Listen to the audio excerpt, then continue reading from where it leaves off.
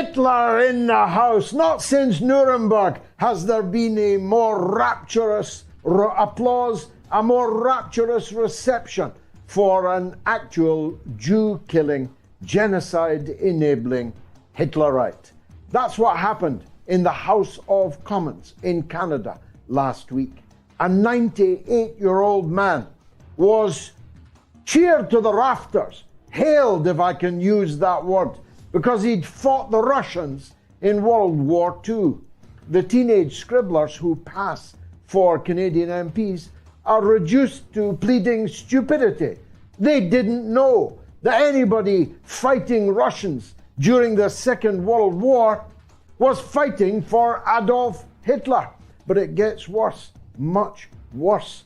Just you wait till my monologue. And Big Brother is definitely watching you. We've all gotten used to the surveillance society, difficult though it is to swallow. But now that surveillance society is on the offensive and is literally closing down entire corporations so that they cannot reach you with their contributors. You thought the online safety bill was bad. Wait till you hear what the British and French governments plan to do with Rumble, and it's probably heading your way too. So stay tuned, keep your seatbelts tightly fastened. It's going to be a bumpy night because it is the mother of all talk shows. You are listening to the Mother of All Talk Shows podcast with George Galloway. My tweet to draw attention to the rapturous rounds of applause, multiple rounds of applause for a Nazi in the gallery in the Canadian Parliament, obtained something like 6 million impressions and 100,000 responses. And it went around the world and it went around Canada. It had a seismic impact. Suddenly, the man that the entire all-party House of Commons in Canada were cheering to the rafters is now facing potential extradition to Poland to stand trial on war crimes charges. Nothing quite like it has ever been seen before. And I'm very proud of the work that we did to turn this subject around. It will prove to be an inflection point in the war, as I predicted that it would before I addressed the matter on the Mother of All Talk Shows on Sunday. And I'll explain why in just a minute. But it gets worse.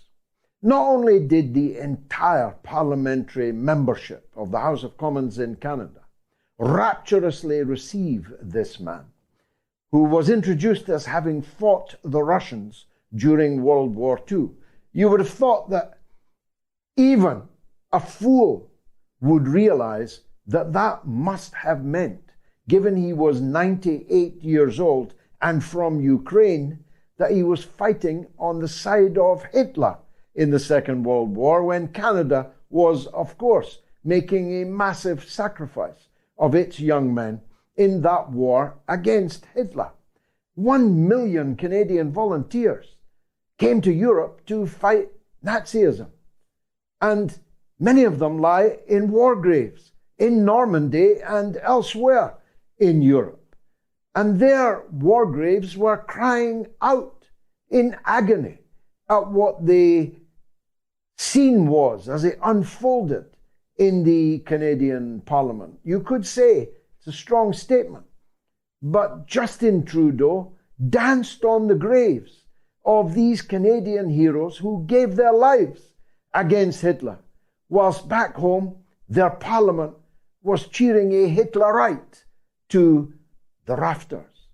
Not that they had no idea who he was, even if they hadn't any idea who he was, the mere arithmetic involved and the geography involved would have told them that this man must have been fighting with Hitler against the Russians in World War II. Who else could he have been fighting for? Was he a lone gunman fighting the Russians in the Second World War? But even if that's all they knew, It should have kept them on their beam end rather than up like clapping seals on their feet. But they did not. As a matter of fact, Prime Minister Trudeau met this man before the event.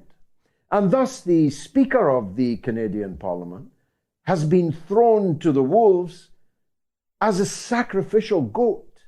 The blame does not lie solely with him.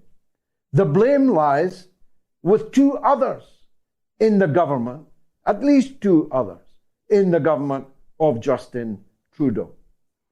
First, the buck stops with him. He's the Prime Minister. He's the one that's worked himself and the Canadian media and has tried to whip the Canadian people into a paroxysm of anti-Russian hatred, which reached such a peak that anyone would be applauded if they'd fought against the Russians anytime, anywhere. Not thinking that in the Second World War things were rather different. The 100,000 Canadians who gave their lives or their limbs, who gave their blood on the beaches of Juno and Normandy and elsewhere, cry out now for justice. But there's a second person in this frame.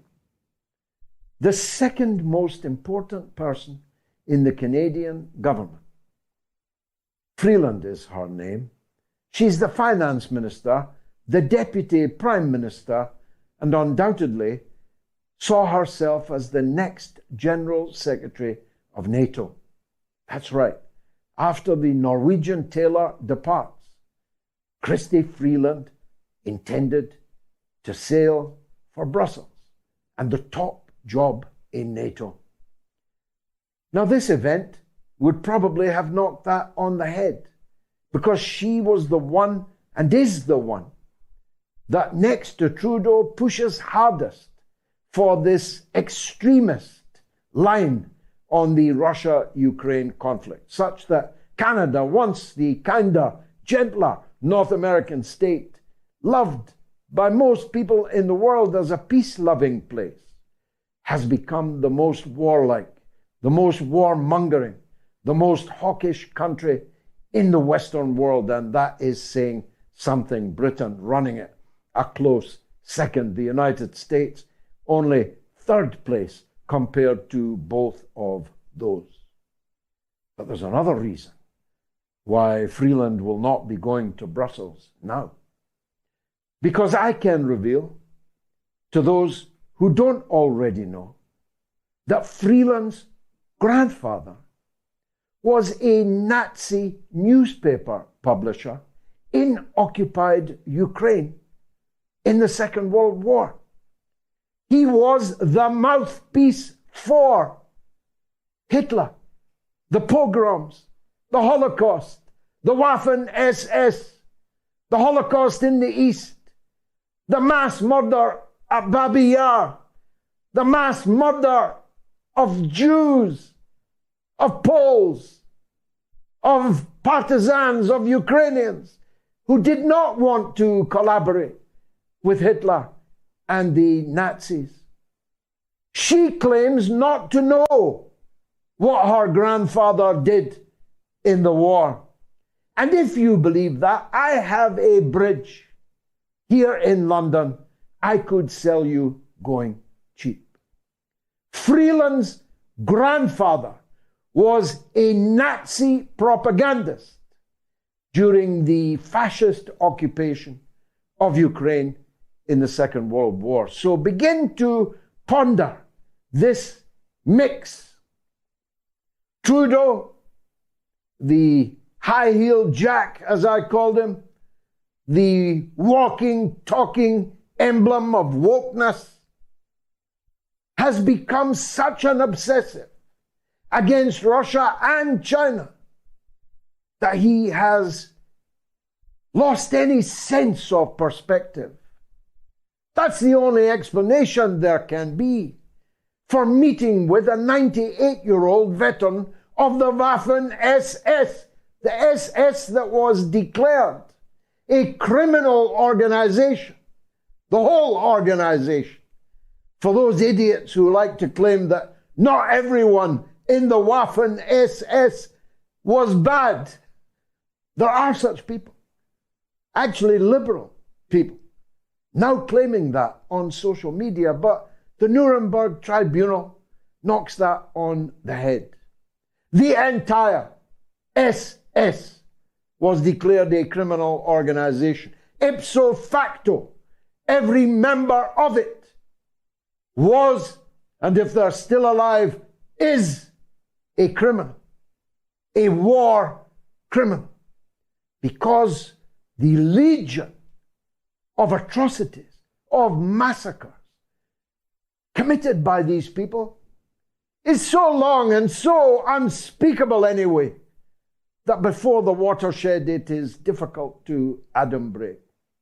I just ask you to watch Steven Spielberg's The Final Days, about the mass murder of the Jews in Hungary by the SS and the Hungarian Nazis, the Hungarian equivalents of Hunka and the other Nazis in the Galicia division of that Waffen-SS in the Ukraine. These local satellites of Nazi Germany were worse than the mass murderers of the SS. No Jew in Ukraine made it to the gas chambers. They were cut down where they stood.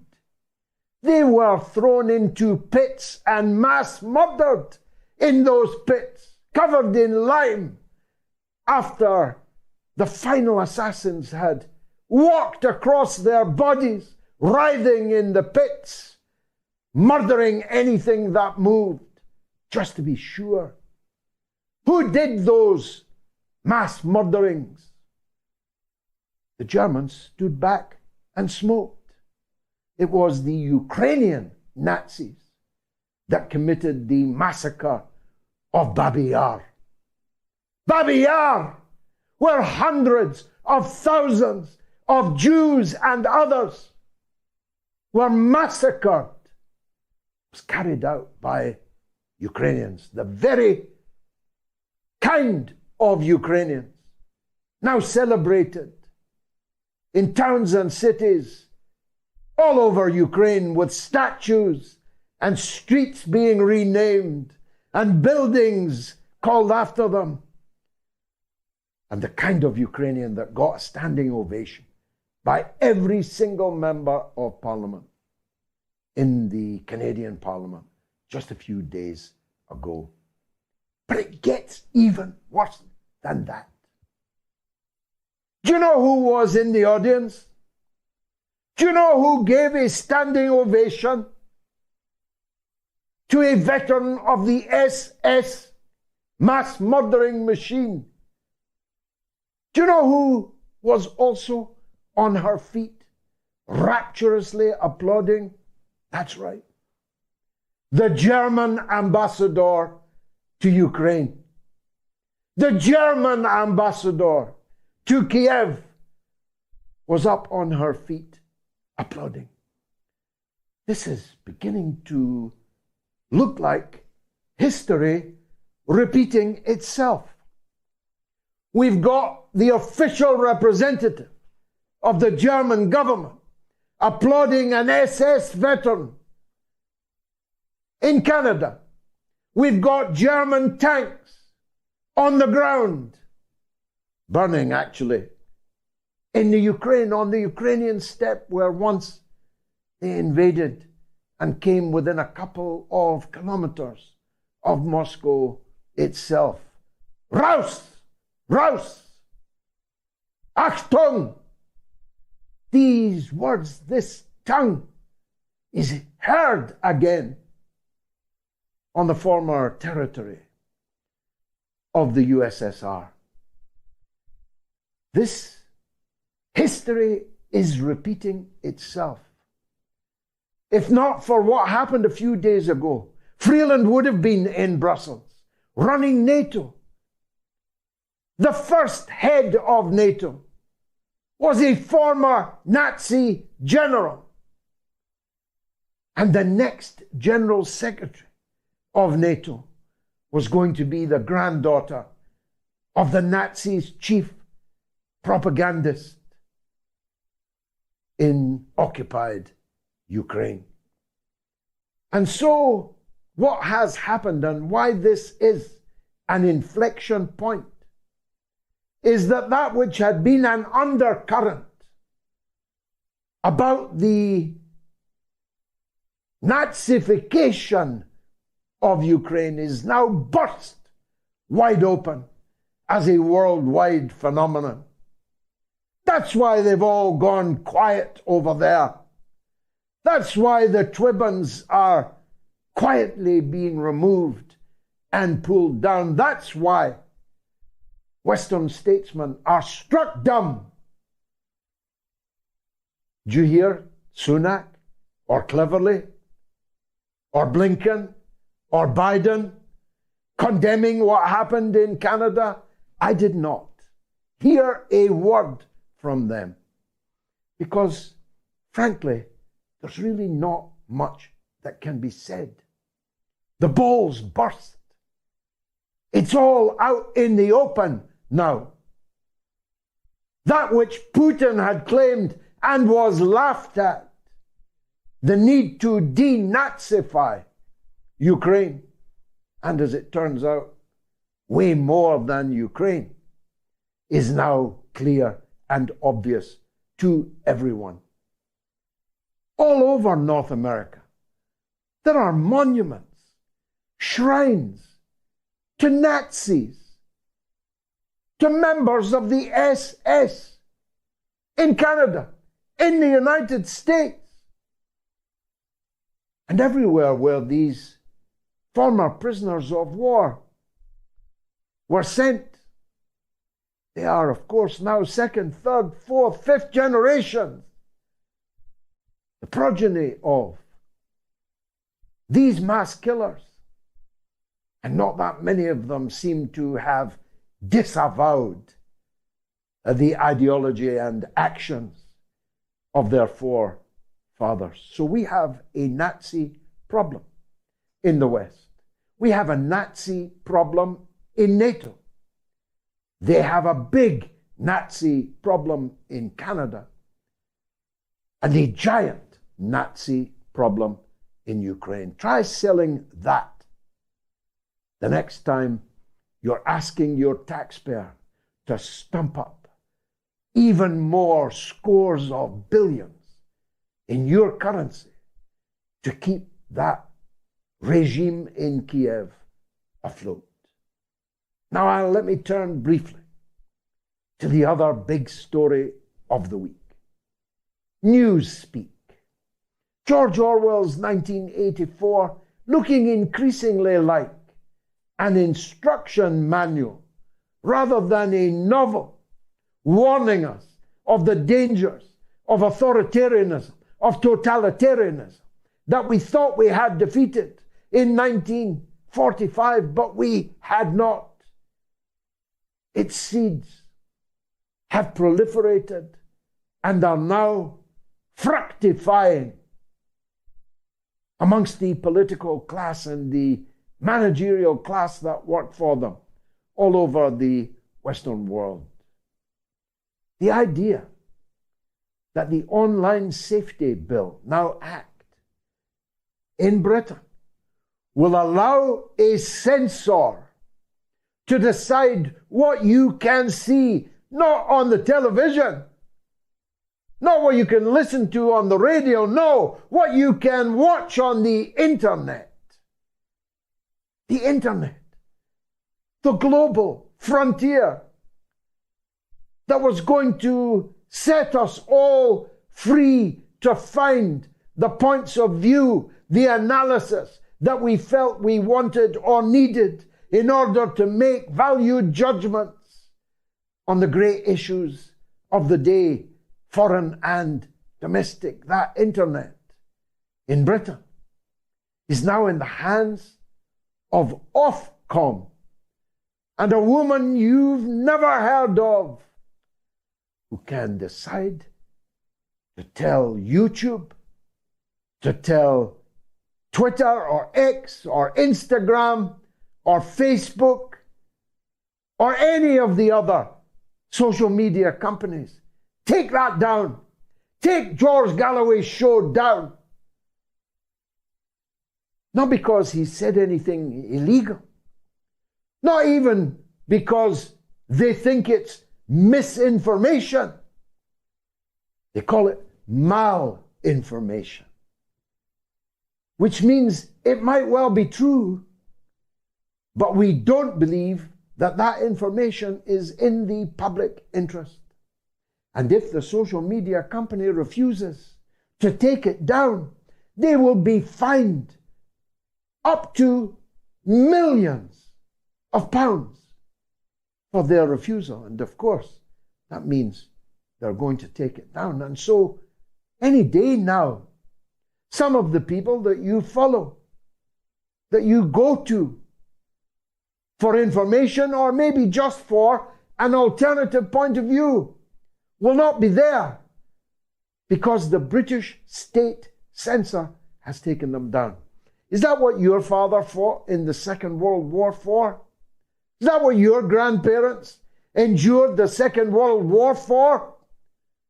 That we, who used to call ourselves the free world, are now amongst the most unfree of them all. And to put a tin hat on it, because Rumble, a foreign corporation, a capitalist outfit, for business reasons, refused to remove he who I cannot name, or algorithm will kill this show. Rumble is about to be banned in Britain. Turns out it's already banned in France. Can you believe it? And if they ban Rumble, how long before they ban Twitter? They hate Elon Musk because he has nailed his colors to the mast. He's for Trump and not for Biden. He's for peace in the Ukraine and not for war. He's skeptical about all these lockdowns and never-ending injections. He can't be relied upon, Mr. Musk. And above all, perhaps, he's returned some semblance, at least, of freedom of speech on his platform. Rumble today, Twitter tomorrow, why not? It's said of serial killers that once they've murdered their first, each subsequent victim is more easily murdered. They get into the habit, you see. The murder of freedom of speech is well underway in this country and almost certainly in your country, wherever you are. I'll be right back with expert testimony. Stay tuned.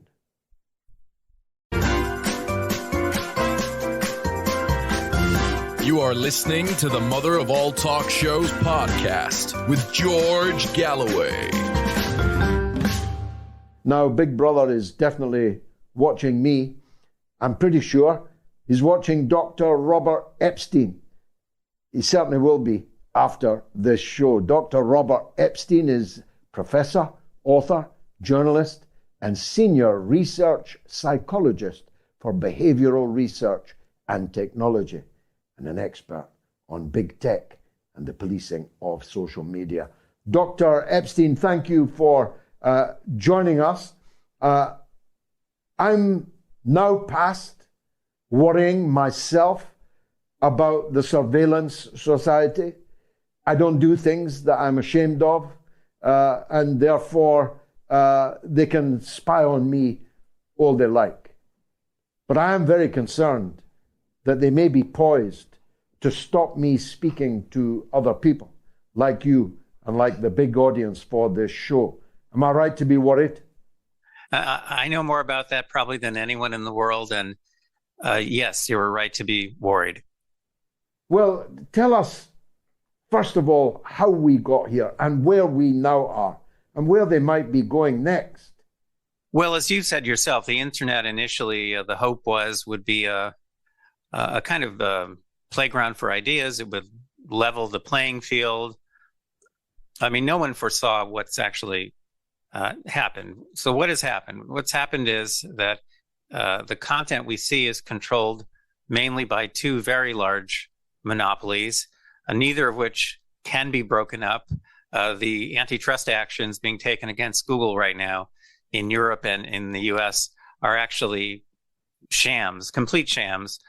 They were designed by Google's legal team. You can't break up Google's search engine because it won't work. And you can't break up Facebook's social media platform because that would be like putting the Berlin Wall, through the center of every home in the world. So, these companies know this. So they work with the lawmakers and regulators to their own advantage. So you end up with very big monopolies controlling content and deciding what now more than 5 billion people around the world can see and cannot see. And you've said this yourself, and I know you're concerned about that, and you're worried about your own presence being suppressed on the internet. And these companies, Google especially, they're very aggressive and also very arbitrary in the decisions that they make regarding censorship and suppression. And they do work closely with governments. And unfortunately, the new law that just went into effect in the EU and the law that might be going into effect in the UK, they create a closer tie, closer than it's ever been, between the big tech companies, the big tech monopolies, and governments. So the tech companies become kind of agents of change for the governments. No matter how you look at this, it's a dire situation. Back in 1961, President Dwight D. Eisenhower, by the way, was head of Allied forces in World War II. But this was his last speech as president. He talked about the rise of a military-industrial complex. He was concerned about that. People still repeat that phrase quite a bit. But in that very same speech, people don't know this, but I went back and read it. In that very same speech, he warned about the rise of a technological elite that could someday control public policy without people's knowledge. Well, the truth is the technological elite are now in control. How do I know about all these things? Because I have been using very rigorous scientific methods for more than 11 years to study the new powers that these tech companies have to shift people's thinking and opinions and votes. And I've developed a possible solution, a way to make these companies accountable to the public for the first time. I've developed monitoring systems. In other words, I've developed ways of doing to them what they do to us and our kids 24 hours a day, to surveil them as they surveil us, and to make the information public and to share it with public officials. So, I'm trying my best. I'm doing my best. My team is the only team in the world that does this kind of research and does this kind of monitoring. There's something wrong with that picture. But bottom line is, yes, you have cause for concern. It would be less worrisome, Doctor, wouldn't it, if we had politicians that believed in freedom of speech and freedom of expression? I think we can safely say we now don't. So those who are in power, the opposition might feel differently until they are in power. But those who are in power have no greater ambition than to stay in power. And staying in power depends upon shaping the narrative, shaping the public square and the discourse therein in a way that is not disadvantageous to them. Or we had big tech companies, owners, publishers, who believed in the publish and be damned principle, who believed in the principle of Voltaire that I hate what you say, but I'll fight to the death to defend you saying it, your right to say it. Given that we don't have that kind of publisher and we don't have those kind of politicians, we're in a very, very difficult place, Doc. Well, absolutely. And this is something now that we have learned how to measure very precisely. So at the moment, we're building the world's first, we call it nationwide digital shield. If you want a kind of a peek at what's coming, in fact, this is going to be updated very soon. It's going to look a lot better within a few days. You would go to americasdigitalshield.com. What we have been building over the past year is a system for tracking the content, the real content that the tech companies are showing to real people, to voters, registered voters, and to children as well. We now have more than 11,700 registered voters in our system in all 50 U.S. states, more than 2,000 children. These are children of some of those adults who've joined our system. And what these people have done is allowed us to install special software on their computers, which does not violate their privacy, by the way. And that allows us to kind of look over their shoulders and capture the content that the big tech companies are sending to them and to their children. That content is immediately aggregated and analyzed, so we can see whether, in fact, there are manipulations in play. We can see whether kids are being indoctrinated and exactly how they're being indoctrinated. And the point is that we're preserving content which has never been preserved before, and which these companies use strategically and deliberately, sometimes at the behest of government authorities, to change people's thinking and behavior and votes. The power that these companies have to do this is beyond anything that my old mentor at Harvard, B.F. Skinner, ever imagined. He was very much into, benign control, the concept of benign control. But what these companies have available to them has never existed before in human history. They literally, by 2015, they were determining the outcomes of about 25% of the national elections in the world, with no one knowing what they were doing and without leaving a paper trail for authorities to trace. So I just want to introduce one concept here, and then I'll let you interrupt me. I'll let you talk. And that's the concept of ephemeral experiences. In 2018, there was a leak of emails from Google to the Wall Street Journal, in which employees at Google were talking about how can we use ephemeral experiences to change people's views about Trump's travel ban. Well, my head spun when I saw that, because that's what my team and I had been studying since 2013 for more than 5 years at that point. And we had been learning in our experiments that by manipulating ephemeral experiences, these fleeting experiences we have online, like search suggestions that are being flashed at you while you're typing a search term, the search results that appear in the list below, the ordering of YouTube videos on YouTube, the up next video that plays automatically if you do nothing. All of that is ephemeral, which means that it's generated on the fly just for you. It disappears, it's stored nowhere, and no one can go back in time and preserve it. It's the ideal tool for manipulating the masses worldwide. And that's what we have learned now, not just to study and quantify, but we have learned to preserve it. Believe me, these companies never imagined that anyone ever would figure out how to preserve that kind of content, archive it, analyze it. They never imagined that. And so they're quite unhappy with me and my people, quite unhappy with us.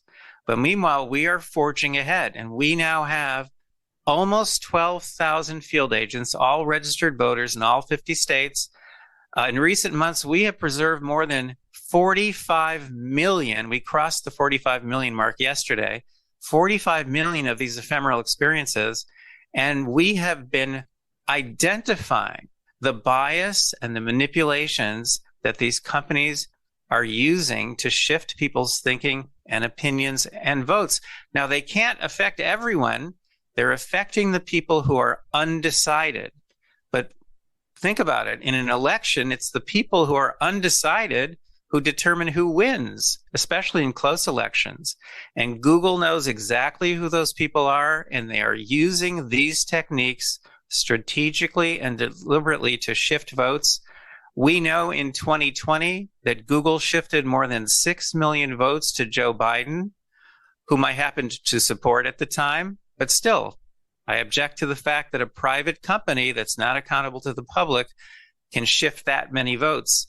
If our system is shut down, if we can't find sufficient funding to keep it going and growing, if we shut down in the next few months, the 2024 election in the US, the presidential election, the outcome will be determined by Google. They will be able to shift in that election between 6.4 and 25.5 million votes. And again, if there's no monitoring system in place, they'll do it without anyone knowing what they have done and leaving no paper trail whatsoever for authorities to trace. Well, you're definitely doing God's work. I doubt if Elon Musk could be so described, but he is, I think, undoubtedly better than the others in that he has, to a considerable degree, though not entirely, freed his platform from what was the most corrupt relationship between the old Twitter, pre-Elon Musk, and the deep state. I mean, we now know, thanks to Matt Taibbi and Elon Musk himself, some of the heinous manipulation and corrupt dealing with secret security agencies and so on that Twitter was involved in before. How much longer will they tolerate that? If they are going to ban Rumble, isn't the ground being prepared for a potential ban on Musk? Oh, it's quite possible. In fact, I think that Musk would be extremely interested in what my team and I have been doing, the systems we've been building, because these are systems that create accountability where none has ever existed before. I've simply found it impossible to reach him. I'm able to reach lots of other prominent people, but I've been unable to reach Elon. But he's been speaking out against these companies and the way they suppress content. He's been speaking out against them for years. One of the reasons that he purchased Twitter was to change the way it operates, because they were operating in a very dramatically political fashion. But, you know, Twitter is much smaller than these other entities, namely Google and Facebook. It's much, much smaller. So the real threats really come from the larger companies. Let's just take one example, Google's homepage. Normally, there's nothing on it except the little box where you type in your search term. But on certain occasions, they'll put a big, colorful display of something and a message. So on election day, for example, in the US, I'm sure they do the same thing in the UK. On election day, they have a big go vote reminder. Well, they get a lot of praise for doing that because everyone thinks that's a public service. But because we are monitoring, we know it's not a public service. It is a vote manipulation, a very blatant one. So, for example, in the 2022 midterms, where we were doing extensive monitoring and where we preserved more than 2.5 million ephemeral experiences related to the midterm elections in the US, in Florida, 100% of liberals were getting those go vote reminders on Google's homepage all day long on election day. I mean, that homepage is seen in the US alone more than 500 million times a day. Were conservatives also getting those reminders in Florida? 59% of conservatives were getting those messages. 59%. Now, that is an incredibly blatant manipulation of votes. If you are sending out go vote reminders in a partisan fashion nationwide in this country in a presidential election, on election day alone, that will give an additional 450,000 extra votes to one of the presidential candidates. And if there's no one monitoring, no one will ever know that you did that. And what does it cost the company to do a manipulation like that? Nothing. Zero. This is dangerous stuff. These are huge manipulations. This is not like the ballot stuffing and all that stuff that people are concerned about. In fact, Google and Facebook, they're trying to point people in that direction. It's like what magicians do, misdirection. They're saying, look at this, look at this, look at this. Look at all these silly little effects and go crazy over them, because they don't want you looking at them. Because those little effects that people are obsessed with, these conspiracy theories, so-called, they don't have much of a net impact on elections. But what Google and Facebook are doing, that's completely different. That shifts millions of votes. So we're up against some powerful entities here, the likes of which have never existed before. And they're not just manipulating people in the US, they're manipulating more than 5 billion people around the world. And believe me, they're manipulating people in the EU and the UK to an extraordinary extent. You know what's ironic about that? Just one more comment and I'll shut up. One more comment. What's ironic about Google's manipulations in the UK is that in the UK and the EU, they've both been very aggressive in taking Google on. And the EU has fined Google more than 10 billion euros in recent years for various kinds of manipulations, including favoring certain products in their search results. So they've gotten these fines and they've gotten orders to do this or that, but they've completely ignored them. What's lacking in both the UK and the EU is a monitoring system. If there's no monitoring system in place, you'll never know whether they are complying with orders, with rules, with regulations that they're supposed to be following. You'll never know they're doing it unless you're monitoring. Well, both Donald Trump and Elon Musk have been known to tune in to the mother of all talk shows.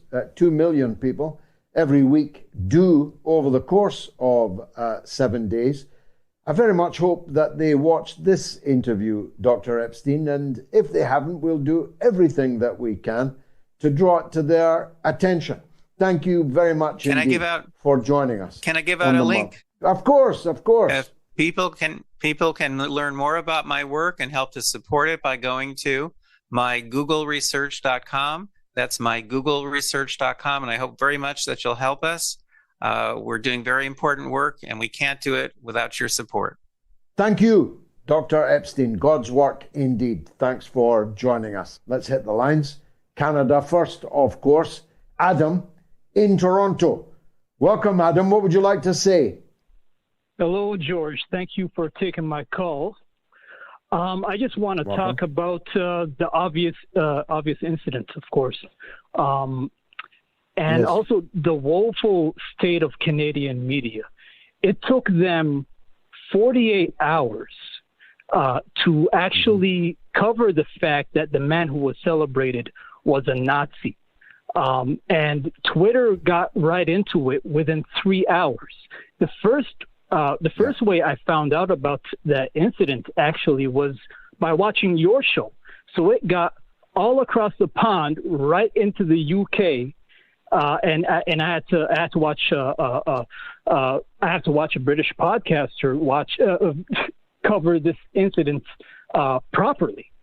And and the other thing I want to talk about is so if you ever subject yourself to watching Canadian media, it's a tough watch, but that's the only way to understand. Somebody has to do going through it. Somebody's got to do it, and the other thing was Trudeau's apology. I don't know if you've seen it, but his first appearance after that incident, he did not take any questions, and he gave a very very lazy, unworthy apology, and alluded to guarding. He said we should guard ourselves. He blamed the Russians. Any sort of. He blamed the Russians. Guard ourselves from Russian propaganda. And honestly, what I gotta say is, if you're a Russian propagandist, you got the easiest job in the world. All you got to do is click copy and paste or post your video without context, word for word. That's all I got to say. Thanks for covering this. God bless you, Adam. And I think that the mother of all talk shows played an incredibly important role in making this finally the biggest news story in Canada, one of the biggest that there has ever been. And if not for us, my activity on Twitter and then our show on Sunday night, maybe it would have taken them 72 hours, or maybe they would never have gotten round to it at all. Certainly, in what was an incredibly comparable to 1984 move, the leader of the House on Monday tried to persuade the House of Commons to delete all reference to the entire affair from Hansard. Even though half the world has now seen it and got it saved on their phone, they were going to pretend that it actually had never happened by excising it from Hansard, the public record. That's the kind of people they are. If they can wipe it off the official record, well, it never happened. And Trudeau, you're right, he blamed the Russians. It was the Russians that forced him to meet with a 98-year-old Nazi war criminal, ipso facto war criminal. All members of the SS were war criminals, according to the finding of the Nuremberg Tribunal at the end of the Second World War. It was Russia that forced him to meet that guy. It was Russia that forced him to get to his feet and oh so actorly gush, emote over the presence of this anti-Russian fighter in the gallery of the parliament that he is in command of as Prime Minister. And then, when everybody joined in, Zelensky, Trudeau, Uncle Tom Cobley and all, none of these MPs are household names, even in Canada, never mind anywhere else in the world. None of them are legends outside their own households, and maybe not even there. Up steps, jumps the German ambassador. And her excuse was that the Speaker of the Parliament had not made clear when this man was fighting against the Russians. So she stood up in a standing ovation anyway. But he was 98. He was a Ukrainian. When do you think he was fighting against the Russians? Scratch a liberal, it said, and find a fascist. That old saw has never been more true than it is today on both the subjects we're discussing tonight. Scratch a German diplomat. What do you find underneath? I think you got my message. You are listening to the Mother of All Talk Shows podcast with George Galloway. Nick Brana, I've heard speak in person once, but I've seen him online many, many times. He is easily more accomplished than 3/4 of the legislators on the Hill in Washington. And if he had applied himself to the dark arts of skullduggery and sycophancy, He might well already have been on the Hill. He will get there, though, as the leader, national chair of the People's Party of the USA. Please welcome Nick Brana.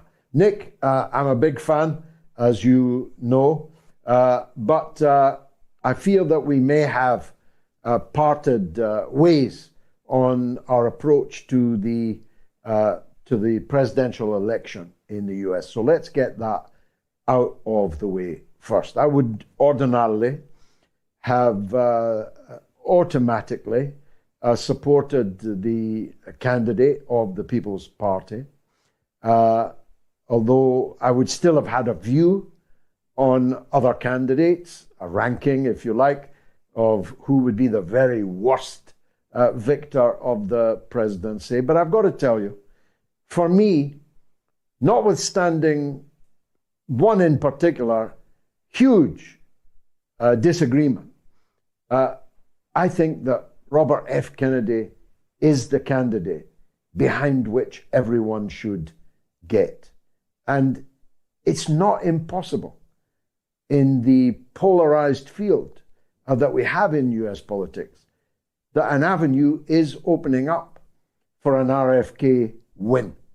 What's your point of view on that? It's good to see you again, George. Good to catch up. Yes, absolutely. In fact, RFK Jr. is, I think, the only independent candidate who has a realistic chance to win now. Robert F. Kennedy Jr. has been talking recently about whether he will mount an independent run for the presidency or run with a third party as a result of the insane Democratic Party rigging that is happening in his election that exceeds even the rigging in the Bernie Sanders election.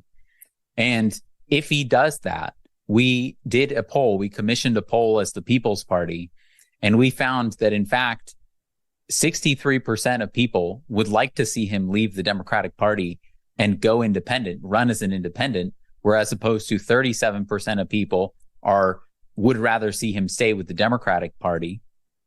And even more impressively, in a matchup against Biden and Trump, Bobby Kennedy gets 17% as an independent already. And he draws equally from Biden and Trump, which is amazing. 17% support would make him the most successful independent candidate since Ross Perot. And Ross Perot, who also ran as an independent in 1992, he was actually winning the race against Clinton and Bush Sr. with 37% of the vote to their 24% each. He was a full 15% ahead as an independent on the ballot in all 50 states to the two establishment candidates until he dropped out for a few months and then from July to October and then re-entered. But had he not done that, he probably would have won that race. Bobby Kennedy could do that now. The Democratic Party is a complete dead end for Bobby Kennedy. But if he's able to place the country and the people that he's looking to represent above the political party of his family that he's been his whole life, then he could win. And he is the only person who could do that. And we need to break this cycle, George. Every 4 years here in the United States, there is some progressive or populist who runs with the Democratic Party, who it seems like the first time they generated all this excitement, Bernie Sanders the last two times, but going back decades before that, they get cheated by the party establishment every single time. And every single time they fold right back into the establishment, they endorse the establishment candidate, they fold the movement back into it, and nothing comes of it. We have to break that cycle now. And Bobby Kennedy seems to be realizing that there is no future. He referenced on a podcast a couple nights ago the DNC fraud lawsuit. The Bernie supporters actually filed suit against the DNC in 2017 after the DNC rigged the primary against Bernie Sanders.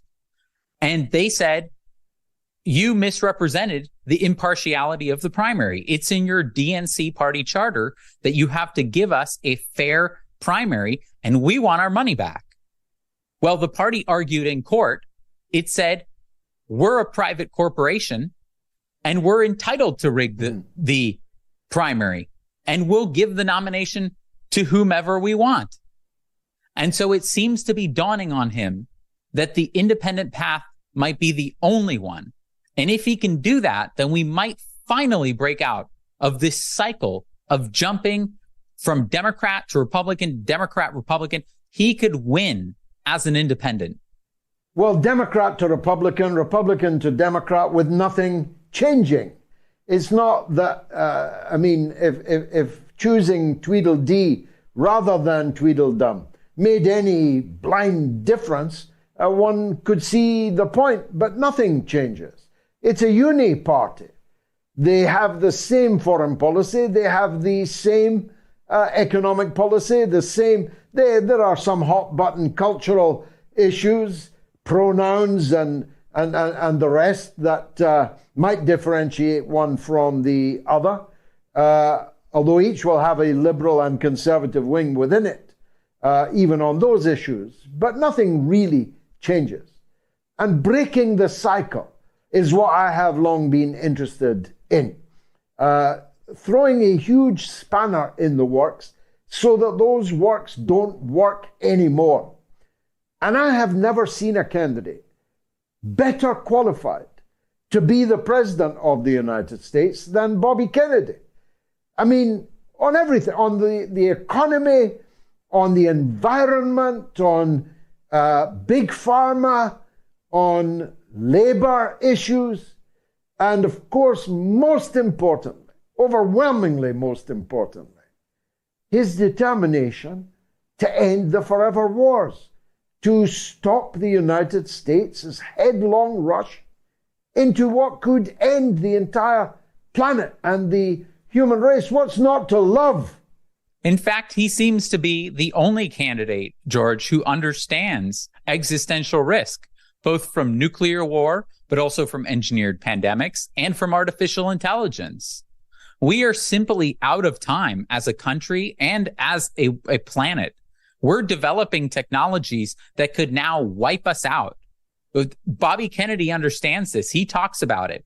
Hundreds of AI researchers signed a letter in May saying that artificial intelligence poses an existential danger to humanity, and yet they're barreling ahead with developing it for profit and raw power without any kinds of safeguards. So we're absolutely out of time. We have to make this kind of change now. The fact, George, that he draws from the Democratic and the Republican parties evenly actually gives him a level of immunity from the spoiler accusations that third parties generally face, because it makes it so that neither party can claim that their supporters are just benefiting, the greater evil by supporting him. I've never seen a candidate that draws evenly from Democrats and Republicans and is extremely popular with independents and non-voters. He could bring in millions of people. 100 million people don't vote in every single election that we have, George, because they've completely given up on the two parties because they understand that nothing's going to change with them. So he has this unbelievable opportunity. Another thing that was amazing that we found when we looked into his support in running as an independent, which this is the first time that somebody has polled him in a head-to-head matchup between Trump and Biden as an independent, we found that he has more support among the general electorate, the American public, than he does in his own party. He gets a higher share of the vote in the general election than among Democratic primary voters, which, of course, the primary is completely rigged. But when you're running with Democrats, what remains of the Democratic Party is unfortunately the people who are watching MSNBC and CNN, who are the most propagandized people in the country. And you're trying to win an election that is already rigged and you're supposed to win a contest among those people. It's ridiculous. But if he goes independent, and he said he's going to decide, actually, George, in the next 2 weeks, by October 15th, So this is a rallying call to everybody. This is our best chance to break the cycle, is to call on Bobby Kennedy to go independent. Write him, tweet him, share it on social media, write into his contact on his website. If you see him on the campaign trail, call on him to do it, because it's either this or it's another dead end. The rigging, that the lengths to which they are going to rig it, is insane. And what people don't understand is that the DNC is essentially the Biden campaign. The Democrats and the DNC would rather lose the election than with Biden than win with Bobby Kennedy. This is the same dynamic with Bernie.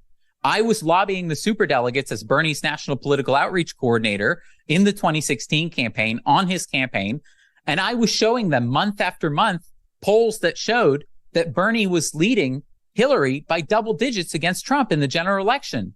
They chose to lose. They knew that they were walking into a loss. But the thing is that all of the DNC members, all of the money that they get, all of the consultants, the vendors, the whole ecosystem of the Democratic Party is dependent on the funds that the Biden campaign raises for it, because they have a fundraising vehicle, a joint fundraising vehicle called the Biden Victory Fund. It receives hundreds of millions of dollars. And then that money is distributed from the Biden campaign to the DNC, to all of the 50 state parties, to the vendors, the staff, the consultants. If you took that money away, the money that is the lifeblood of the party, that corporate big money, the party would collapse. And all those big donors, the whole party apparatus, all of the staff, the vendors, the consultants would be gone. They'd be out of a job. And so it's existential for them, for the party. They don't care if they're going to lose. They're going to pick the person who is going to keep the gravy train rolling for them, and they have no shame. They will rig it to whatever degree they need to. So this is your shot, Bobby. Go independent. Well, you say you are surprised, and some will be, that he was drawing from both Trump and Biden in the polling that you did, but I'm not. I mean, first of all, because I'm much older than you, I remember what a Kennedy Democrat was in the 1960s. That was his father's pitch. Not a Democrat, but a Kennedy Democrat. This means that you stood for values. You stood for things that were definitely different from the moguls, the barons, the LBJs, and the Mayor Daley's, and all the crooks that rigged the convention in Chicago in '68. And if Bobby had not been murdered, who knows what they would have done to stop him becoming the candidate, Bobby Senior, I mean. By the same token, a lot of people vote for Trump not because they're actual Republicans, but because they hate the elites, they hate the nabobs, the billionaires, the riggers and the fixers, and the people who regard them as a basket of deplorables. Such people can be won by Robert Kennedy. They don't have to vote for Donald Trump, who, let's face it, kind of lives the life of a nabob, albeit different in his political approach to some political issues, to the nabobs on the Democratic side. So I can well see an independent run by Robert Kennedy creating a constituency for the future, because this will not be his last rodeo. Although he's not young, as a matter of fact, he's a year older than me, but he's vibrant and healthy and strong, and he could run again. He can influence the course of American politics, even if he doesn't win. What do you say? I think that I completely agree. And to see a Kennedy, of all people, place the people above the party apparatus, I think it would be so symbolic. His campaign has rooted itself around this concept of heal the divide in the country that is so polarized, although I really believe it isn't as polarized as the media tells you. There's a commonality of interest among all of us. We all want to live a good life. We all want to end the wars. We're all outraged by the money that's paying for the social services and the business subsidies in Ukraine while people don't have food to eat here in the United States. And Bobby Kennedy opposes that.